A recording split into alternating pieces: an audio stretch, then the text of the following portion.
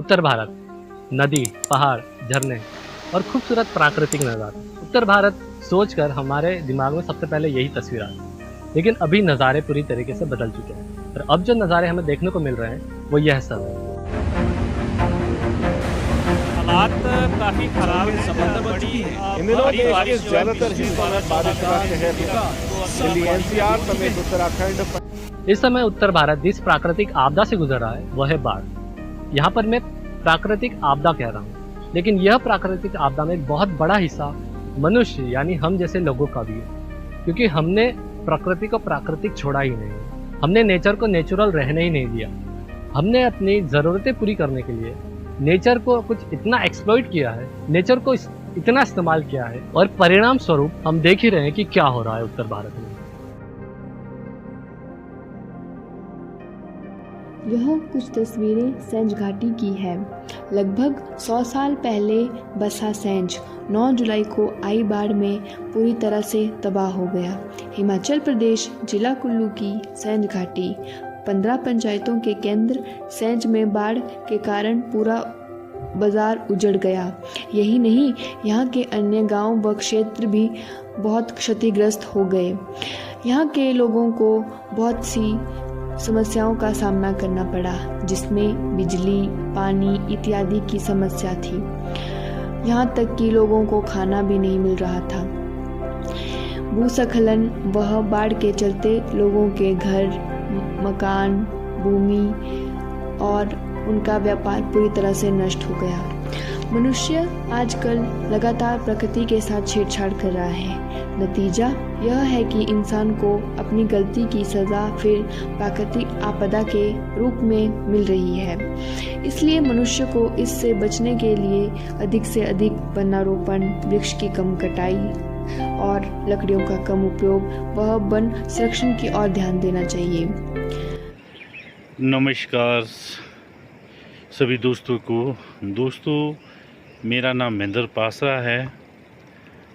आप 9-10 तारीख को हर कोई याद करता है, जो कि रक्ती से लेकर खंडेधार से लेकर लोपा नाले से होकर कई दुकानें, कई घर और कई जानवर नदी में बह गए। तो मैं चाहूँगा कि घाटी में नदी के साथ साथ अगर पेड़ लगाए होते, मनीनिया के पेड़ लगाए होते या पॉपुलर के पेड़ लगाए होते या शायद पेड़ पौधे हमारे काफ़ी सारे होते, तो शायद इतना बड़ा स्लाइड नहीं होता और हज़ारों लोगों, लाखों लोगों की नुकसान हुआ। आज हमारा पूरा सेंज घाटी 30 साल पीछे चला गया है। आज मैं बता रहा हूँ कि शक्ति मरोश वाड़ कुटला गांव जैसा है, रेगिस्तान की तरह प्लेन ही नज़र आ रहा है। मेरा यही चाहे जिला प्रशासन हो, सरकार हो, चाहे स्टेट सरकार हो, मैं चाहूँगा कि ज़्यादा से ज़्यादा पेड़ लगाएं। तो इसके समाधान के लिए हमें आपको और सरकार को साथ में मिलकर काम करना होगा। लेकिन हाल ही में सरकार के द्वारा एक बिल संसद में प्रस्तुत किया जा रहा है, जिस बिल का नाम है फॉरेस्ट कंजर्वेशन अमेंडमेंट एक्ट 2023। हमारे पुराने फॉरेस्ट कंजर्वेशन एक्ट 1980 में कुछ महत्वपूर्ण अमेंडमेंट करके, उसमें कुछ बदलाव करके 2023 में यह बिल प्रस्तुत किया जा रहा है। लेकिन इस बिल में बहुत सारे ऐसे कुछ प्रोविजंस हैं जो आने वाले समय में हमारे जंगलों के लिए बहुत विनाशकारी साबित हो सकते हैं। Hello friends, I am Virat Jolly. I have started an online petition on change.org.india. In this online petition, we are requesting our Environment Minister to not table Forest Conservation Amendment Bill 2023. There are some provisions in this amendment bill that are highly objectionable. And we believe that if this bill is passed, it will lead to widespread deforestation in India. And this deforestation is going to threaten large number of plants and animal species. India is signatory to Convention of Biological Diversity. So it's an obligation on India to implement those provisions. I request the government of India to reconsider and not table this faulty, this flawed Forest Conservation Amendment Bill in the Parliament.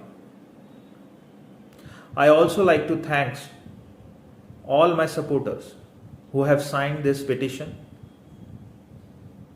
I thank them. I also request them to kindly circulate this petition to as much as possible so that our government of India will listen to our voice.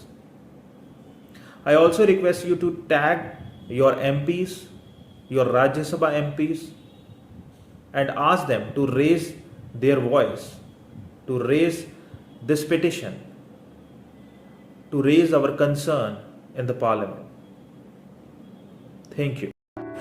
जो ये LOC and LAC जो ये दो चीज़ें हैं, इन दोनों के under में 100 किलोमीटर की जो लैंड है उस पर अब कोई भी एक्टिविटी की जा सकती है इंडियन गवर्नमेंट के परमिशन को लेकर। तो ये कहीं ना कहीं फॉरेस्ट के जो एरिया है उस पर कहीं ना कहीं इम्पैक्ट डालेगा। तो बेसिकली जो एरियाज है, जो ट्रीज वाले एरिया है, जो फॉरेस्ट के कैटेगरी में फॉल नहीं करते हैं, ऐसे एरियाज फॉरेस्ट कंजर्वेशन एक्ट के दायरे से बाहर हो जाएंगे। और जो भी एरिया हमारे बॉर्डर के 100 किलोमीटर के अंदर आते हैं उसमें भी जो फॉरेस्ट है उसको भी गवर्नमेंट इंफ्रास्ट्रक्चर या किसी भी डेवलपमेंट वर्क के लिए यूज कर सकती है। तो ऐसे में हम अपने बहुत से ही फॉरेस्ट को लूज करेंगे जो कि हमारे इन्वायरमेंट के लिए बहुत ही नुकसानदेह होगा। एक सामान्य जीवन जीने के लिए हमें जिन बेसिक चीज़ों की सबसे ज़्यादा ज़रूरत है वो है साफ़ पानी, साफ़ हवा और एक अच्छा, सुरक्षित और अच्छा वातावरण। और इसके लिए आपकी और हमारी और सरकार की सम्मिलित रूप में जिम्मेदारी बनती है कि हम हमारे आसपास के जंगलों और पेड़ों की रक्षा करें। और अंत में मैं केवल इतना ही कहना चाहता हूँ कि we are united together against forest conservation amendment bill 2023।